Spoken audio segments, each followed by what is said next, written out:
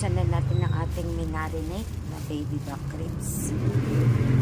Nakababad to guys. Nilagay ko lang sa supot para mas madali nating i-turn kung gusto natin sa kabila naman yung nakababad. So yan guys. Isa lang natin sa ating kawali. So nakababad siya sa barbecue sauce.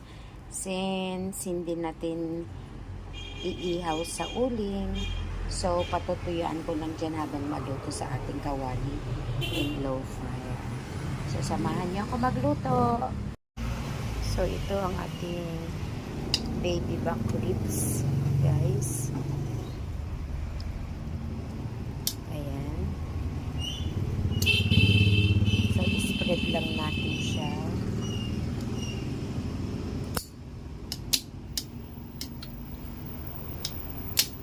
Malaman din to guys. Ayan, mga ribs. I-low fire lang natin para lumambot siya dyan. Ma-absorb pa niya ang ating sauce. Ayan guys.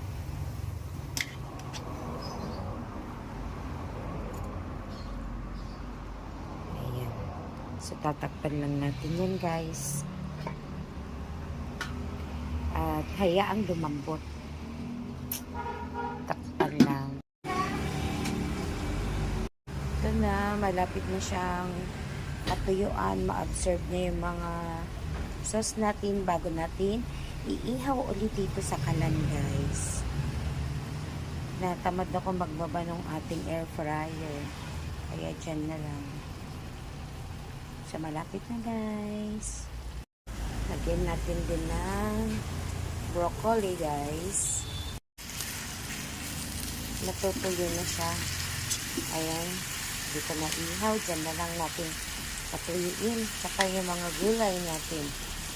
I-plating na lang natin later. Ayan ay. Tutuyo na siya guys. Lambot ng ating karne.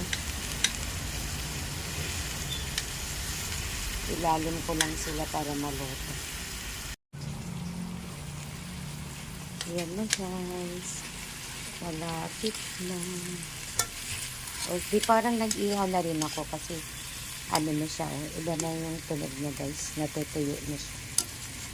Ayan. May nilagay din akong mixed vegetables dyan. I-ano ko na lang siya. If you like. Okay. Luto na siya guys. Ito na guys ang ating baby back ribs barbecue. Na inihaw sa kawali. Ayan. Happy eating! Kain na na! Thanks for watching!